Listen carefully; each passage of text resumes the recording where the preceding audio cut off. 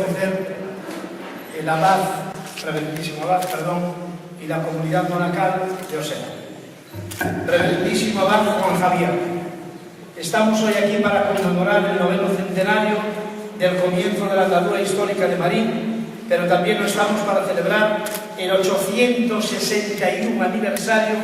de la cesión del conto realengo de Marín a la Orden del Císter en Osera, es decir, a esta santa casa donde hoy nos encontramos. Desde entonces Marín y Osera, que tanto montan, quedarían unidos por sécula, y de ahí nuestra obligación de incluir en los actos de salvación del 900 aniversario de nuestra ciudad una visita a este monasterio. Muchas gracias a todos por vuestra asistencia y cuando usted quiera, reverendísimo abad. Alcalde de San Cristóbal de Cea, excelentísima señora doña María Ramaño Vázquez, alcaldesa de Marín, excelentísimo señor comandante director de la Escuela Naval Militar, excelentísimo señor presidente del puerto de Marín, excelentísimo señor patrón mayor de la cofradía de Marín, querido don Ángel García Carragar, ilustrísimos miembros de las corporaciones municipales de Cea y de Marín,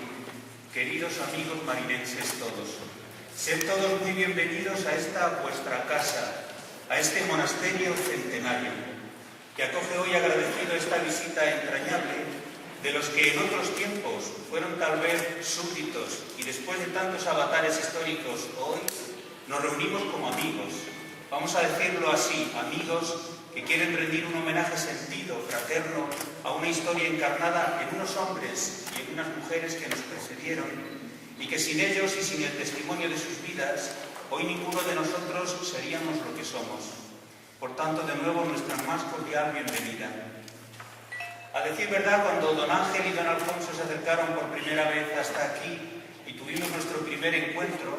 ninguno de nosotros sospechábamos que esta buena idea terminara convocando a tantos marinenses agradecidos con la historia